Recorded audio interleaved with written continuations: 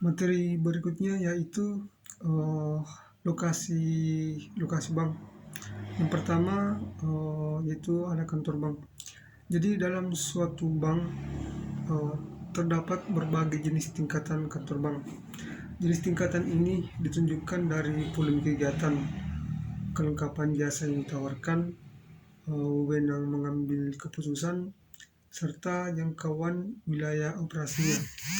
Nah, untuk menentukan tingkatan atau jenis-jenis kantor bank dapat dilihat dari luasnya kegiatan jasa bank yang ditawarkan dalam suatu cabang bank. Adapun jenis-jenis kantor bank, yang pertama ada kantor pusat.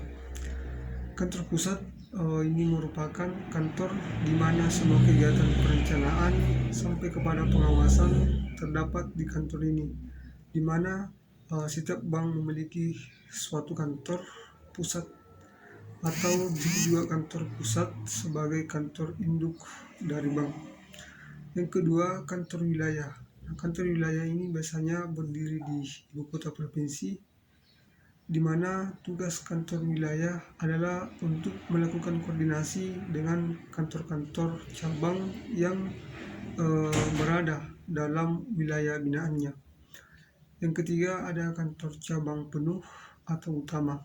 Kantor cabang penuh merupakan salah satu kantor cabang yang memberikan jasa bank paling lengkap. Dengan kata lain, semua kegiatan perbankan ada di kantor cabang penuh. Yang keempat ada kantor cabang yang di mana kantor cabang ini adalah kantor yang paling banyak melayani nasabah dengan hampir seluruh produk dan jasa yang ditawarkan bank.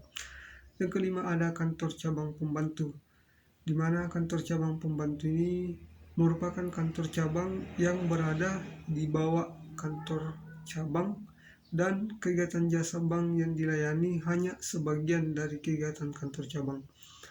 Dan yang keenam ada agen atau bank mini, di mana agen bank ini biasa disebut sebagai pihak ketiga yang bekerja sama dengan bank yang bertindak untuk memberikan layanan tanpa menggunakan kantor, yaitu untuk memberikan kemudahan yang dapat diberikan itu seperti pembukaan rekening, penyetoran tunai, dan juga penarikan.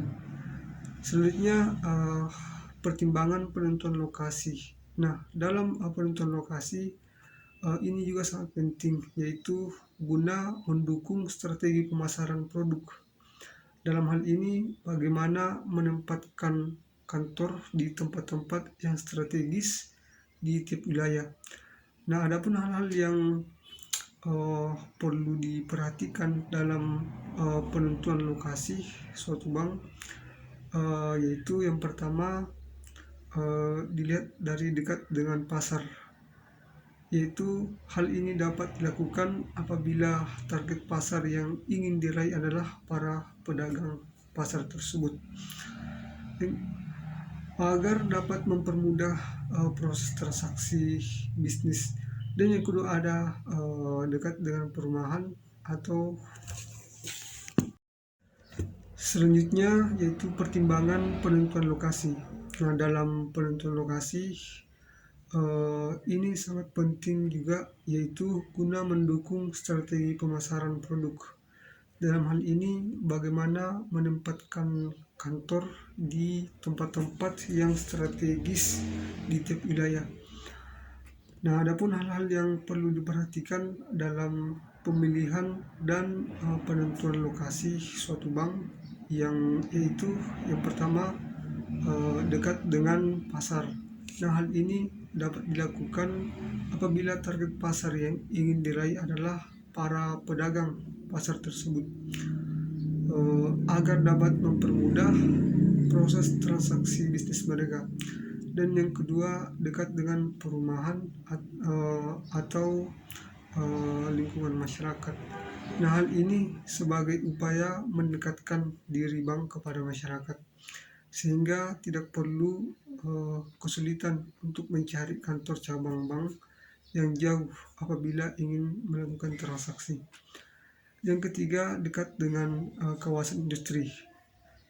Nah, hal ini apabila target pasar adalah pabrik atau karyawan pabrik. Misalnya, bank akan menawarkan fasilitas pembiayaan ekspor bagi pabrik yang beroperasi di kawasan industri. Yang keempat, dekat dengan perkantoran. Pilihan ini dapat diambil jika target pasar yang akan diraih oleh bank adalah kantor serta karyawan kantor tersebut, sehingga ini dapat menjadi salah satu pertimbangan utama. Dan yang terakhir yaitu mempertimbangkan jumlah pesaing yang ada di suatu lokasi. Dalam hal ini mempertimbangkan hal-hal seperti jumlah pesaing, di mana jika jumlah pesaing sudah banyak maka keuntungan yang akan diperoleh kemungkinan sedikit, maka harus mencari tempat lain walaupun jumlah penduduknya lebih sedikit daripada tempat tersebut, tetapi keuntungannya akan lebih menguntungkan atau lebih banyak. Materi berikutnya yaitu komunikasi pemasaran bank. Yang pertama yaitu corporate communication. Nah, adapun pengertian corporate communication yaitu sebuah sistem yang memungkinkan perusahaan untuk mengatur segala bentuk dan jenis komunikasi secara strategis.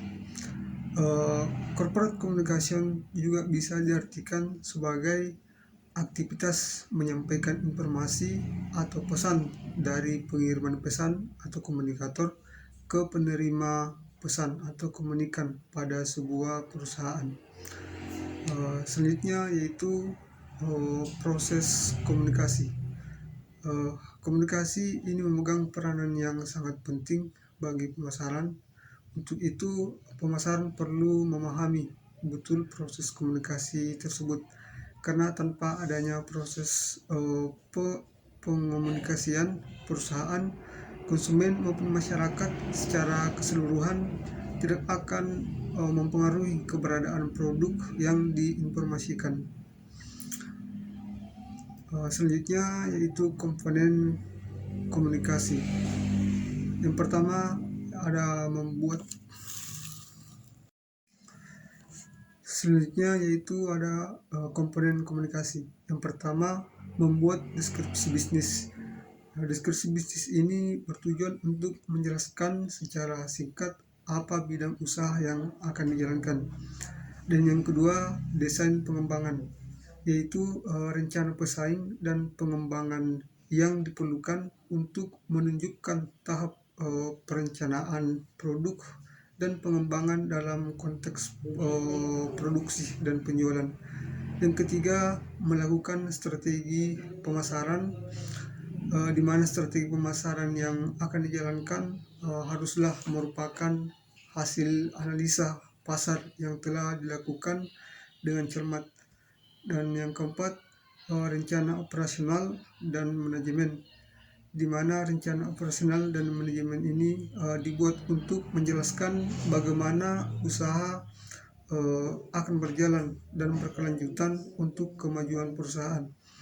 Dan yang terakhir itu menghitung pembiayaan, di mana faktor pembiayaan menjadi unsur penting juga dalam sebuah rencana bisnis, karena kita bisa mengetahui dari mana sumber dana berasal, bagaimana mengatur anggaran yang efisien, dan usaha dapat berjalan lancar. Nah, hal ini adalah tugas penting yang harus direncanakan dalam komponen pembiayaan. Bagian D yaitu ada konsep komunikasi. Itu konsep komunikasi untuk tujuan pemasaran. Nah, adapun konsep komunikasi ini yang pertama, promotion, merupakan bentuk komunikasi pemasaran yang dilakukan perusahaan untuk mengkomunikasikan produknya kepada pasar sasarannya. Dan yang kedua, produk, yaitu adalah sesuatu yang ditawarkan di pasaran guna memuaskan kebutuhan dan keinginan konsumen, yang dimana produk meliputi barang, jasa, tempat, kepemilikan organisasi, informasi, dan lain-lain. Dan yang ketiga ada price, yaitu jumlah uang yang harus dibayar oleh pelanggan untuk mendapatkan produk seperti potongan harga, keringanan, dan rencana iklan yang dibuat oleh produsen. Materi selanjutnya yaitu materi kelompok 6 atau materi yang terakhir dengan tema etika perbankan. Yang pertama, definisi etika dan bankir. Jadi etika berasal dari bahasa Yunani yaitu ethos, yang berarti kebiasaan, adat, watak, akhlak, dan cara berpikir. Nah, etika dijelaskan dengan membedakan 3 arti. Yang pertama, ilmu tentang apa yang baik dan apa yang buruk. Dan yang kedua, kumpulan asas atau nilai yang berkenaan dengan akhlak. Dan yang ketiga, nilai mengenai benar dan salah yang dianut oleh suatu masyarakat. Nah, sedangkan bankir adalah seseorang yang bekerja di bank dan yang sedang berkecimpung dalam bidang operasional dan non-operasional perbankan.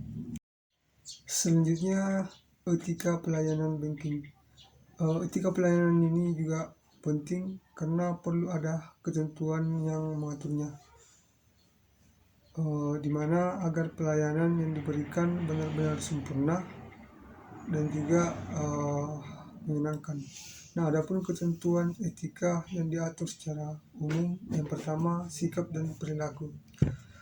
Sikap dan perilaku ini merupakan bagian penting dalam etika pelayanan karena dalam praktiknya sikap dan perilaku menunjukkan kepribadian seseorang dan juga citra perusahaan, di mana sikap dan perilaku yang baik harus ditunjukkan oleh seluruh pihak karyawan, terutama karyawan di customer service, di teller, di operator telepon ataupun sebagai satpam.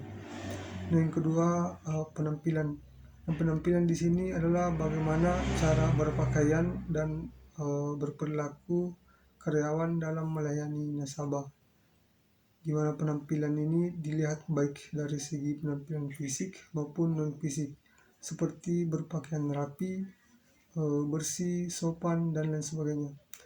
Yang ketiga, cara berpakaian.